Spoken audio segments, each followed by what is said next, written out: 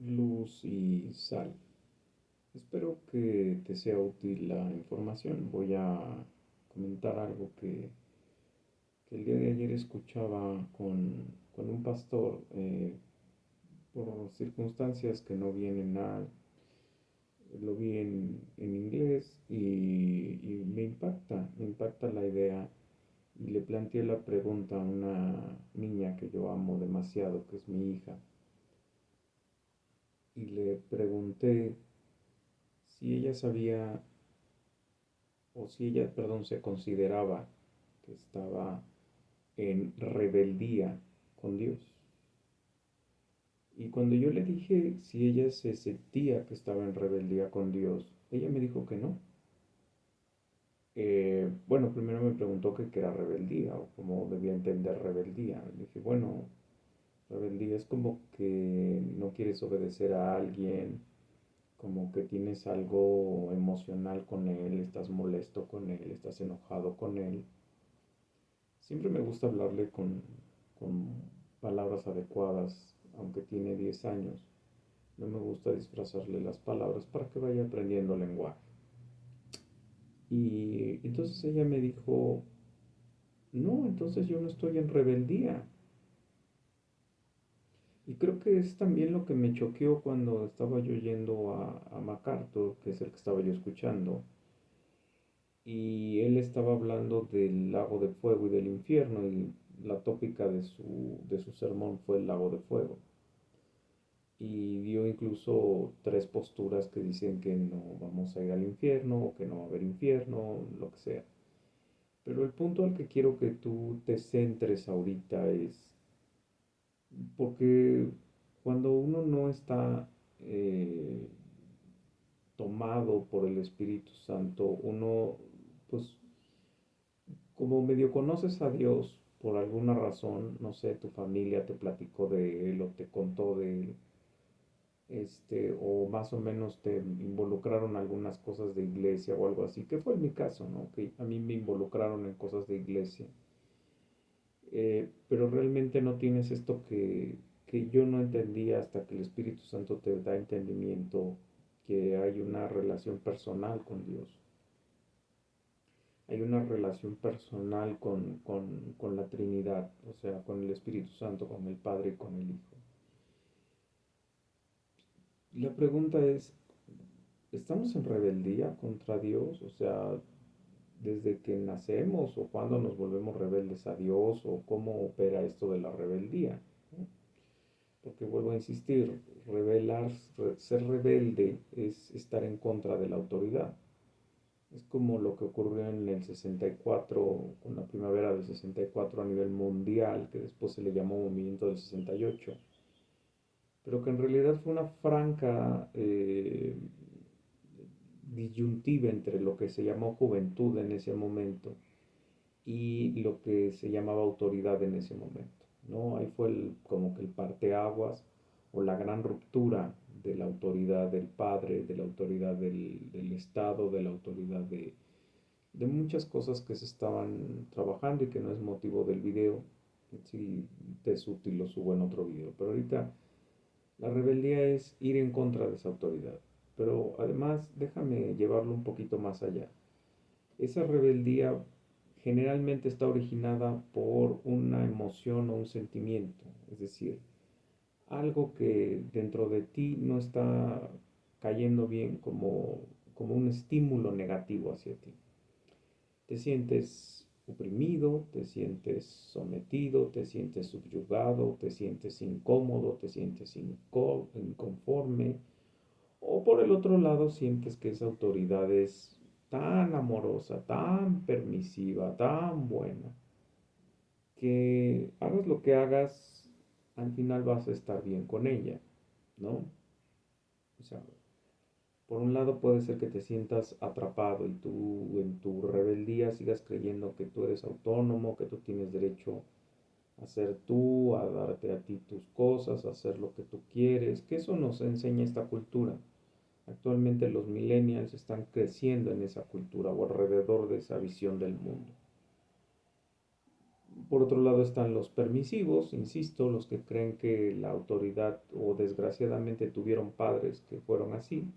Hicieras lo que hicieras, como eras la pequeña o el pequeño o eras la figura que él había idilizado o la figura que no quiere tocar, bueno, finalmente no pasa nada, no, al final me va a perdonar. Pongo mi cara de mascota recién comprada, le digo dos, tres frases y sé que lo doblo, o sea, por la razón que sea, porque si no me extiendo en el video, porque habría muchas razones que habría que incluir en ese consentirte o tratarte como niño mimado o niña mimada, ¿no? Por eso no voy a ahondar ahí tampoco. Pero también por otra parte, porque finalmente eres una persona escurridiza, es decir, siempre estás buscando cómo salirte con la tuya y no quieres enfrentar a la autoridad, ¿no? Entonces,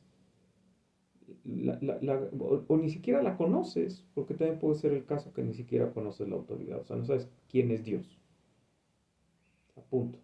En tu casa se prohibió hablar de Dios, no se habla de Dios, no conoces a Dios ni por error, pues no puedes saber quién es la autoridad, ¿no? Entonces, en este caso, tampoco te puedes culpar porque no la conozcas, pero estás en rebelión con Dios. La respuesta es sí. Yo le dije a mi hija, ¿y sabías que sí estás en rebelión con Dios?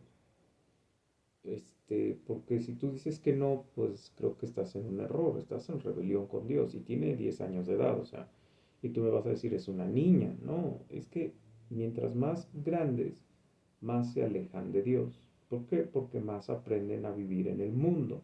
Cuando no viven con padres cristianos o cuando no viven cristianamente o cuando no se les ha enseñado nada del cristianismo, ya sea por patrón o por sermón, que lo dije en otro video, pues entonces, ¿qué vas a conocer de Dios, no?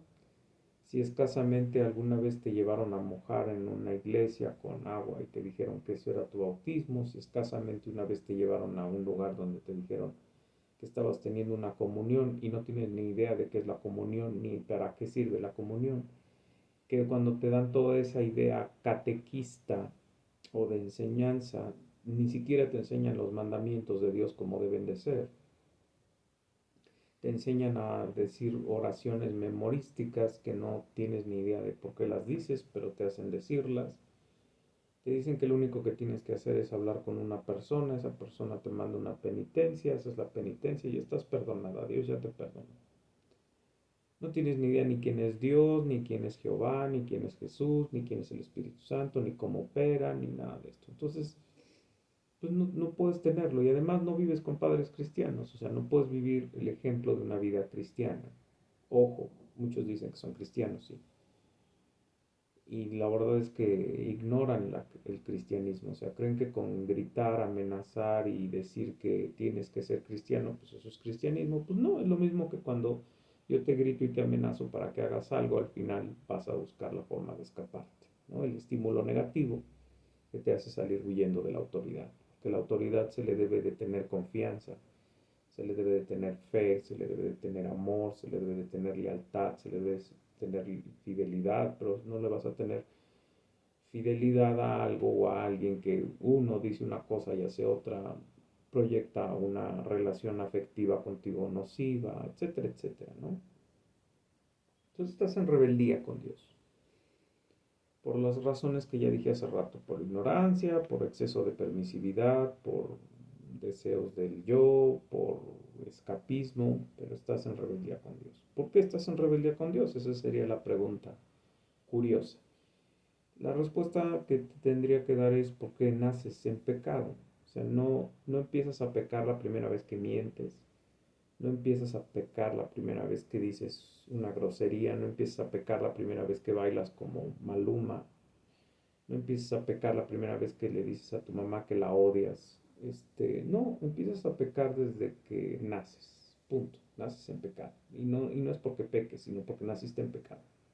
O sea, no eres mentiroso porque mientes. Eres mentiroso porque eres mentiroso. Naciste mentiroso. Nada más estás buscando el momento y el espacio para mentir, ¿no? Es como cuando te dan educación sexual en la escuela. Los maestros tontos ignorantes de Dios, dicen que con eso el niño va a evitar en el futuro embarazarse antes y meterse en problemas. No, la educación sexual lo único que hace es despertar algo que podría mantenerse dormido si no lo dijeses. Este, pero el problema es que les decimos dónde están los botones de placer, les decimos cómo funcionan los botones de placer, les creamos toda una imaginación idílica de los botones de placer y luego al final les decimos que no lo hagan. Bueno, pues, perdón, es como si a mí me dices que hay algo muy sabroso en una caja fuerte y yo voy a buscar cómo abrirlo y comérmelo, aunque al final no sepa ni tan sabroso, ¿no? Pero bueno, vas a buscar cómo comértelo. Entonces, naces en pecado. Ahora la pregunta es, bueno, ¿por qué rayos nazco en pecado? Te lo voy a decir facilito para que no te espantes y lo busques después en la Biblia, porque ahí viene. Este, facilito. Adán se le ocurre hacerle caso a su mujer. Su mujer, este, en una de esas que se le escapa a Adán o andaba con Adán, pero Adán andaba yo creo que jugando PlayStation o Xbox, depende de lo que tengas tú como hombre, él deja a Eva y Eva se va a andar en el bosque y de repente oye una serpiente y la serpiente le dice, ¿con qué Dios dice que?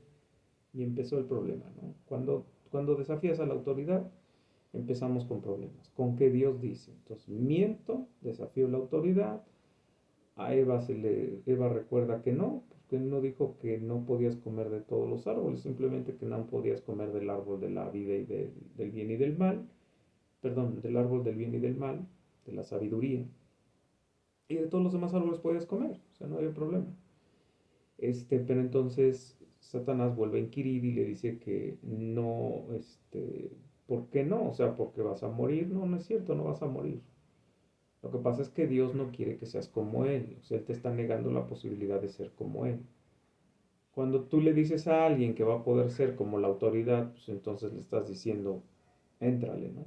Entonces, Eva de repente cuando no veía el árbol como divertido, bueno, sabroso, de repente resulta que voltea, el pecado entra en ella y ve que el árbol es sabroso y deseable y se lo quiere tragar, ¿no? Entonces ya empezó mal las cosas, es como con los programas de mercadotecnia o los infomerciales.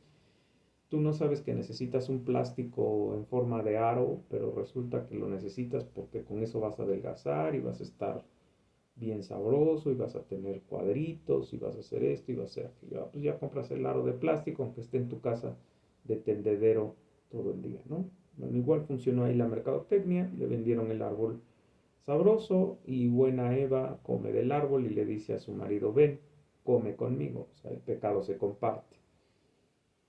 Como nuestra descendencia viene de esos primeros padres, que es Adán y Eva, todos los que nacemos después venimos por herencia cargando con la herencia del pecado, es decir, lo traes dentro de ti, porque tus primeros padres pecaron, ¿no? Es como con los niños crack, te lo voy a decir en cosas que tú conoces. Los niños crack es un fenómeno que se empezó a dar cuando se descubre que los bebés de los drogadictos, de los junkers,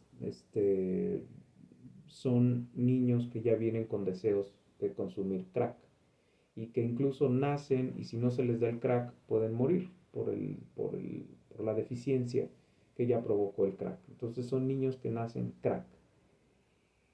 Eh, y te puedo explicar de muchas otras cosas que uno hereda porque los padres lo manejaban, ¿no? Ansiedades, miedos, deseos, adicciones, etcétera. No solo el crack, la fumadera, la tomadera, etcétera, etcétera, etcétera, ¿no? Entonces, genéticamente tú traes esas herencias, bueno, tú espiritualmente traes esa herencia. O sea, tú antes de que Adán y Eva hubieran comido la manzanita, bueno, la fruta, porque ni siquiera es una manzana, no sabían que habían pecado. O sea, no sabían del pecado, no habían pecado, eran santos. El único mandamiento que tenían era no coman de ese árbol y ya. Eso era todo. Todo lo demás era para ellos, el huerto estaba, lo iban a cultivar, van a tener vida eterna, etcétera, etcétera, etcétera. Se iban a reproducir, íbamos a estar aquí milenios, todos los que estuviéramos en la tierra y íbamos a tener una relación personal, perfecta, de tú a tú, cara a cara, con Dios. No había necesidad de nada, ni de cruz, ni de redención, ni de nada de estas cosas que estamos viviendo ahora. Pero bueno, entonces tú heredas el pecado. Entonces, como tú eres de Adán y tú eres de Eva, entonces tú vienes con el pecado añadido a tu nacimiento. Eso te pone en la posición de estar en rebelión con Dios, porque Dios es santo, puro, sin pecado, sin manchas, sin... Entonces, tú vienes en pecado. El príncipe de este mundo es Satanás. Y adivina a quién le sirves con la carga genética, déjame decirlo, con la carga espiritual del pecado. Le sirves a Satanás. Puede ser muy moral, puede ser muy recto, puede ser muy lo que tú quieras, o lo que tú dices que es rectitud, pero mientras no sea para beneficiar a nuestro Dios, a Jehová, a su Hijo y al Espíritu Santo, no tiene caso. O sea, no estás haciendo nada para nada. O sea, cuando tú eres muy moral, por ejemplo, lo que hacen los multimillonarios que dejan millones de dinero en causas sociales, que ahora hay que decir causas sociales, ideología de género, no están haciéndolo para Dios, lo están haciendo para que los hombres los vean como buenos, como agradables, como buena onda, como que hacen bien las cosas, ¿no? Y el mismo tipo que a veces dice que lo hace por Dios es el mismo tipo que después está haciendo otras cosas que horrorizan y escandalizan a Dios. Entonces,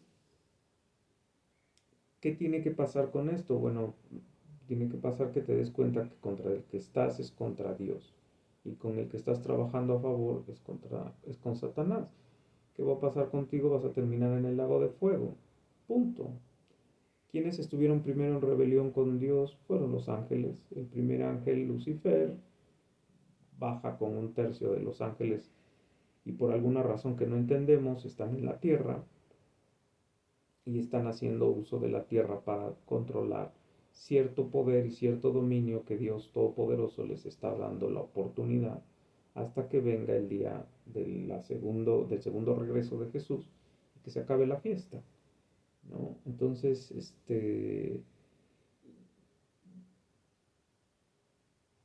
¿qué tengo que hacer? Bueno, lo que tienes que hacer es pedirle al Espíritu Santo, a Jesús, que tome el control de tu vida, que no tienes, que por más que haces cosas o hagas cosas, pues no vas a alcanzar otra cosa más que el lago de fuego y que finalmente pues no vas a alcanzar el famoso cielo que todo el mundo te dice que hay un cielo. Nadie te dice del amor de Dios, simplemente te dicen que hay un cielo y que está mejor que aquí. Bueno, entonces tienes que voltear y preguntarle, pedirle a Dios perdón con temblor y temor. Señor, pues, tómame en tus brazos, quítame esto que siento.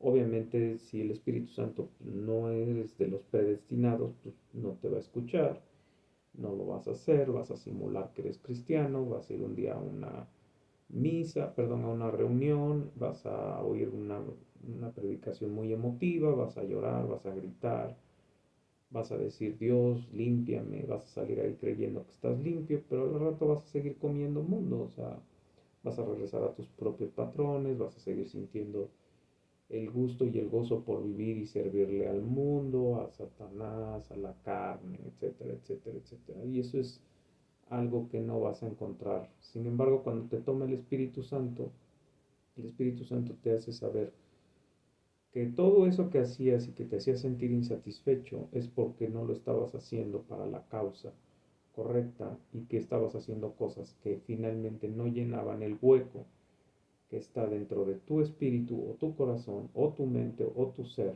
que se llama Dios. Dios no es un aditamento que vas a echar a la bolsa. Dios no es la estampita. Dios no es, no, Dios es todo. Y cuando te levantas y cuando te acuestas y cuando comes y cuando respiras y cuando te mueves y cuando todo es Dios. Todo es Dios. Es como cuando, si eres adulto y estás viendo el video, es como cuando te enamoraste. Cuando te enamoraste, te perdonaste todo, hiciste todo por él, o ella, buscabas hacer todo por él o por ella, dejabas todo por él o por ella, dejabas hijos, dejabas dieta, dejabas gustos, aficiones, cambiaste y te transformaste por él o por ella, hablaste como él o ella, hiciste las cosas que él o ella le gustaban aunque a ti no te gustaran, sacrificaste cosas por él o por ella. Entonces eso es amar a Dios, o sea, eso es lo que trae el Espíritu Santo. O sea, al final el cristianismo no es que siempre estés bailando y dando brincos, haciendo todas las cosas que a Dios le gustan, o sea, haces cosas que tus sentimientos y tus emociones te dicen, la verdad es que yo no tengo ganas de hacerlo, pero lo voy a hacer porque a ti, mi Señor, Salvador, amo, Rey, Padre, sacerdote, profeta perfecto, te agrada y tú hiciste algo mucho más que yo no hice y que yo no puedo hacer nunca. ¿Qué hiciste? Moriste por tu enemigo, por tu rebelde, por tu asesino, moriste por alguien que estaba en contra tuya, que estaba violando tu santidad, que estaba violando tu voluntad, que estaba destrozando tu creación, que estaba usando tu creación para satisfacerse a sí mismo, que no estaba llenando en nada tus expectativas y que ahora gracias al Espíritu Santo probablemente seguiré sin llenarlas al 100, más bien seguramente no las voy a llenar al 100, pero voy a intentar hacerlo y empiezas a alimentarte de el Espíritu Santo a través de la palabra, que es la Biblia, no de lo que te diga un pastor, no de lo que te diga tu mamá, no de lo que te digan tus amigos, no de lo que te diga tu pareja. Lees la palabra, lees la Biblia, contrastas con predicaciones, buscas iglesias de sana doctrina y empiezas a hacer otro tipo de relación con Dios. Y entonces Él mismo es el que te va a marcar ese camino de no rebeldía y te va a enseñar a temerle y te va a enseñar a ser reverente y te va a enseñar a que no vas al cielo que el pecado, perdón, por evitar la golpiza del infierno. Vas al cielo por quererte abrazar de Dios, o sea, quieres abrazar a un Padre perfecto, a un amo que cuando te dice, yo soy tu amo, pero tu recompensa es estar conmigo en el cielo, reinando, controlando a esta humanidad caída el día que yo regrese, que vas a tener de servidores todos los ángeles del cielo, que todos los poderes, todo lo mío va a ser tuyo y que tú vas a ser como yo y mi Padre va a morar en ti, y tú y yo vamos a estar por siempre, para siempre, juntos. Y cuando entiendes que su hijo murió cuando tú eras su enemigo y todavía dijo, perdónalo, Señor, porque no saben lo que hacen. Cuando tú entiendes que tú no tienes que hacer nada más que el Espíritu Santo, dejarlo trabajar y gobernar y no contristarlo. ¿Cómo no lo contristas? Pues siguiendo los mandamientos, leyendo toda la Biblia. No la entenderás toda, pero vas a tratar de seguir lo que sí se entiende, que es claro y explícito y cualquier bebé de 5 meses entendería. Este, Vas a cambiar hábitos, formas y prácticas, pero ni siquiera las cambias tú porque tú quieres, simplemente ya tienes el freno, ya tienes la rienda, ya tienes el jinete, el amo perfecto, que es el Espíritu Santo. O sea, ni siquiera te sientes así como de, ay, no, y yo quiero, porque insisto, si sientes eso es que no tienes el Espíritu Santo. Si extrañas tus conciertos de reggaetón más que a Dios, o mi caso, si extrañas más tu hardcore, tu grunge, tu trash, tu vida darqueta, tu vida promiscua, tu alcoholismo, si los extrañas más y sigues buscando pretextos para estar en esas situaciones, o sea, practicas el pecado, primera de Juan, entonces, no eres cristiano, o sea, no eres cristiano, simulaste que te sentías cristiano. Es como cuando doy conferencias en algunas escuelas o a padres de familia o a gentes que necesitan ayuda, o sea, en el momento de la emoción todos dicen que van a cambiar. Al otro día se levantan y siguen haciendo lo mismo, o sea, siguen mentando madres, siguen gritando, siguen maldiciendo, siguen burlándose de la gente. Entonces, cuando a ti el mundo te llame más que Dios, cuando no entiendas el amor de Dios, cuando sigas haciendo las cosas porque hay un capitán, un juez, un latiguero, un golpeador, un maltratador, no eres cristiano. Y ni cuenta te vas a dar, pero vas a empezar a cambiar tus actitudes, tus formas de hablar, tus formas de comportarte, tus formas de dirigirte, tus formas de, o sea, Y tú solito, sin que te des cuenta, después te vas a sorprender. O sea, es como cuando te sorprendes después de lo que hiciste de una borrachera. Bueno, hay una cita de Pablo que dice, no os emborrachéis con alcohol, mejor embriágate del Espíritu Santo. Bueno, así pasa con el Espíritu Santo. De repente tú no sabes qué vas a decir cuando se presente una situación complicada de crisis y aparece el Espíritu Santo y hace las cosas por ti. De repente volteas y dices, o sea, yo dije eso, o sea, no puedo creerlo, ¿no? Yo me comporté así, no puedo creerlo, ¿no? Y no te vas a preocupar ya por el pecado porque fuiste perdonado por los pecados pasados, presentes y futuros. Sí te vas a preocupar por no pecar, sí te vas a preocupar por no fallar, sí te vas a preocupar por no decepcionar, pero ya no vas a estar preocupado por el castigo eterno. Y va a llegar un momento en el que vas a estar más preocupado por amar a tu Dios y darle eso que dice el primer mandamiento: amarás a tu Dios con toda tu fuerza, con toda tu mente, con todas tus energías. Y el segundo mandamiento, que es amarás a tu prójimo como a ti mismo, cuando aprendes a cómo te amó Dios o cómo te ama Dios en la cruz, cómo te amó, cómo te ama, cómo te sigue amando, cómo te sigue teniendo misericordia y gracia, cómo te sigue protegiendo, cómo te sigue cuidando, aunque a veces dices, no, es que no tengo de comer o no tengo de esto, o he llegado y me sigo cayendo y me sigo rompiendo. Bueno, pues hay consecuencias, el pecado tiene consecuencias, ¿no? O sea, el pecado tiene consecuencias. La separación entre mi hija y yo, por ejemplo, pues es un pecado, punto. Y un pecado que si tú quieres le sirve de arma a la gente que la tiene alejada de mí, pero es un pecado, punto, y asumir las consecuencias. Dios te va haciendo maduro de carácter, Dios te va dando sabiduría, Dios te va quitando la necedad de la pseudointeligencia humana, dejas de querer salirte por la tuya, si dejas de querer evadir a la autoridad, incluso le dices a Dios, mira, si lo que necesitas es humillarme, patearme y hacerme